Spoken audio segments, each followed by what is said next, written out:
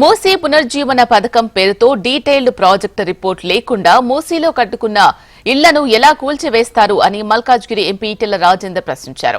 మూసీ పరివాహక ప్రాంతాల్లో నివాసముండి అక్కడి ఇబ్బందులు తెలుసుకోవాలి అన్న ముఖ్యమంత్రి రేవంత్ రెడ్డి సవాల్ను స్వీకరించిన మల్కాజ్గిరి ఎంపీ ఈటెల రాజేందర్ ఒకరోజు రాత్రి బస చేశారు.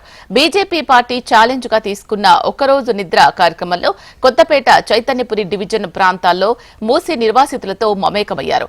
బీజేపీ నాయకులు కార్యకర్తలతో కాలనీ వాసులతో కలిసి బాగోగులు తెలుసుకునే ప్రయత్నం చేశారు. జేపీ మూసీ నిద్ర కార్యక్రమంలో Malkajgiri MP Etela Rajender, BJP GHMC corporators పాల్గొన్నారు. మూసీ పరివాహక పరిసరాల్లో పర్యటించి అక్కడి ప్రజలతో మాట్లాడిన ఈటెల రాజేందర్ బాధితులకు అండగా ఉంటామని భరోసా ఇచ్చారు.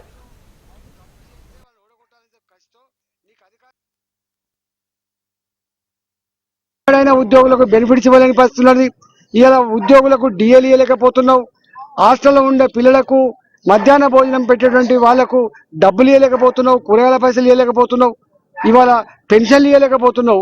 ఇంకోవైపు ఏమో 1,00,000 కోట్లు పెట్టి కడుతున్నావు. అంటే ఇవాళ దీంట్లో నీ మతలం ఏందో అర్థమవుతుంది.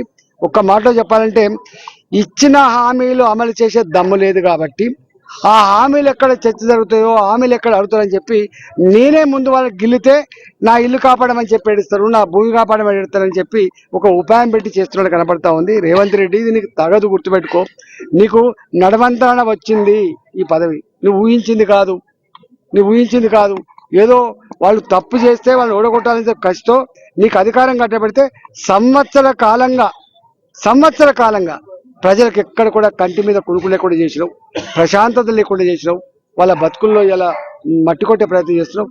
ఇంతకుముందే వచ్చిన ఇక్కడికి జవహర్ నగర్లో, పాపం జవహర్ నగర్ అనేది చాలా మంది ఏమనుకుంటారంటే గవర్నమెంట్ భూములే అనుకుంటారు. ఇవాళ కొత్త విషయం తెలిసిందేనే, ఎప్పుడో బ్రిటిష్ కాలం నాడు 6,000 ఎకరాలు ఎంతో జాగ కొని ఎక్సర్వీస్ మెన్ల కోసం ఇచ్చిన జాగలట. ఆ జాగలు అమ్ముకుంటే 60 గజాల నుంచి 2,000 గజాలు కొనుక్కొని ఇల్లు కట్టుకుంటే ఇవాళ అవి కేసీఆర్ వచ్చిన తర్వాత మీరు రెగ్యులైజ్ చేసుకోండి అంటే ఎల్ఆర్ఎస్ బీఆర్ఎస్ కూడా వాళ్ళు రెగ్యులైజ్ చేసుకున్నారు. ఇలా వాటికి కూడా నోటీసులు ఇచ్చింది. ఇలా అంటే ఒక్క మాటలో చెప్పాలంటే మూసి అటుపక్కకి ఇటుపక్క కానీ షెర్లకు ఒడ్డున్నటువంటి ఇల్లు కానీ లేదా ఇంతకుముందు నేను చెప్పినటువంటి ఇల్లు కానీ అన్ని కూడా కూలగొట్టే ప్రయత్నం చేస్తున్నాడు, పెద్దలకు కట్టబెట్టే ప్రయత్నం చేస్తున్నాడు.